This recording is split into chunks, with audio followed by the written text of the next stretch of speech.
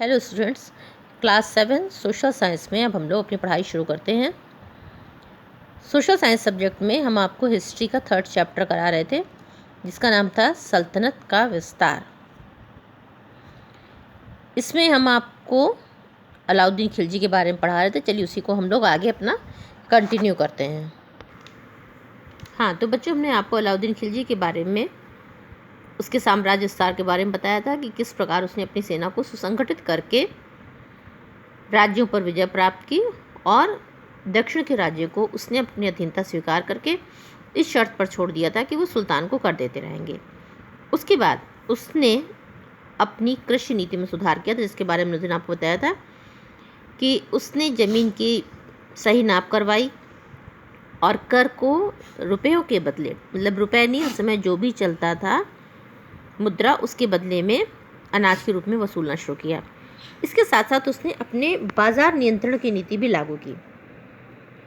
उसके बारे में चलिए अब हम लोग आगे बात करते हैं कि अलाउद्दीन को जो मंगोल आक्रमण थे उनसे राज्य की सुरक्षा और सल्तनत के विस्तार के लिए एक बड़ी सेना की आवश्यकता थी और उसका रखरखाव अच्छे से करना था। ये आपको मालूम ही, उसने अपनी सेना को सुसंगठित किया।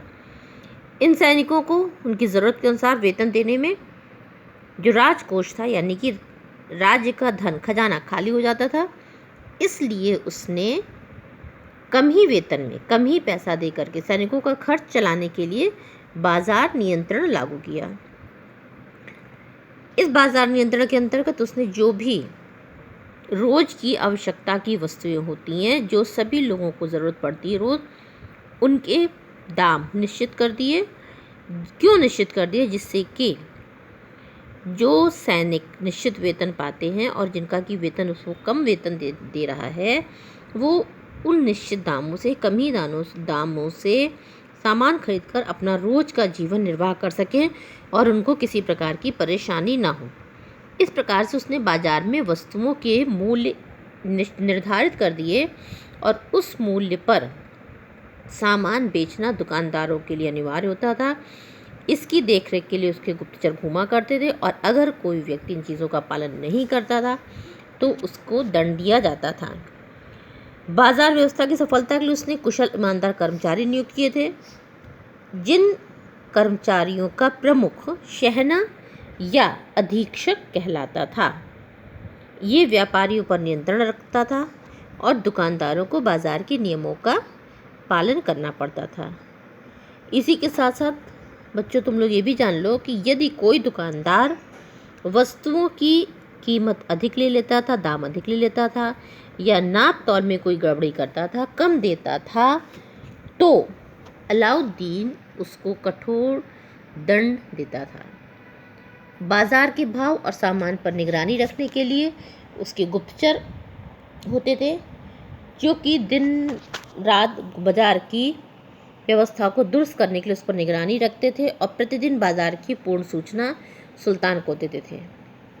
कभी कभी सुल्तान खुद भी स्वयं भी जाकर वस्तुओं और मूल्यों की जांच करता था।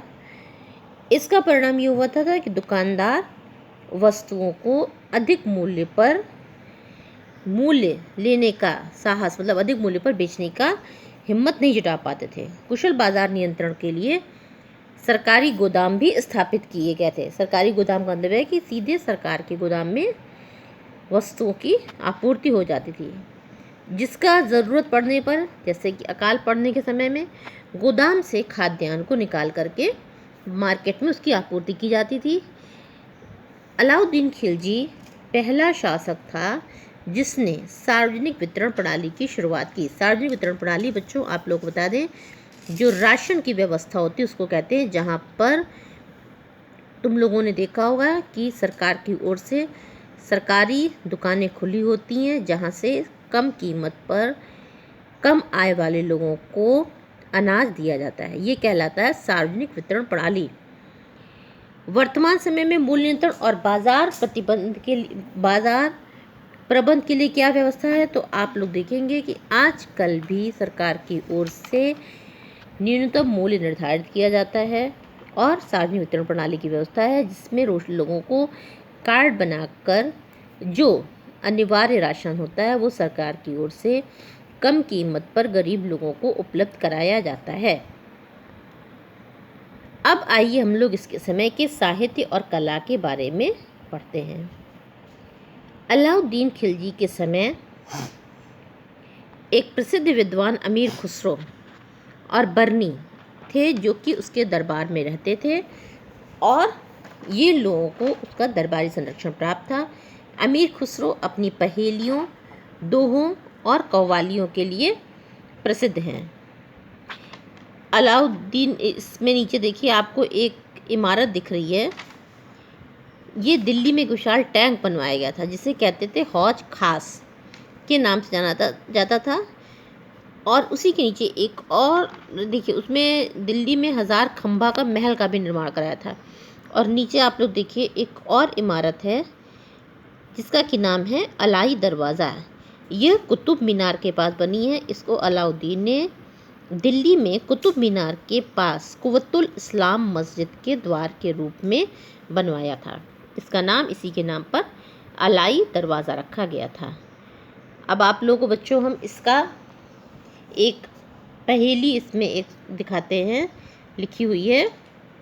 एक गुड़ी ने यह गुड़ कीना, हरियल पिंजरे में दे दीना, देखा जादूगर का कमाल, डाला हरा निकला लाल। इसका आंसर देखिए दिया हुआ है पान। ये पहेली अमीर खुसरो के द्वारा थी। ये इन्होंने इसका एक आपको उदाहरण दिया है। इसके नीचे देखिए आपको एक कैलेंडर दिया गया है जिसमें इन्होंने खिलजी वंश में शासन करने वाले शासकों का काल एवं क्रम दिया है। देखिए खिलजी वंश सबसे पहले शुरू होता है 1290 से 1320 यानी कि 30 वर्ष, जिसकी स्थापना सबसे पहले की जलालुद्दीन खिलजी ने, जो कि 6 वर्षों तक रहा था। हम आपको पहले पढ़ा चुके हैं, 1290 से 1296। उसके बाद 20 वर्षों तक अलाउद्दीन खिलजी ने शासन किया, 1296 से 1316 तक। और उसके बाद 4 वर्षों तक अंतिम शासक मुबारक शाह रहा। इसके बाद खिलजी वंश का अंत होता है। अब आपको इसके क्वेश्चन आंसर्स हम कल कराएंगे।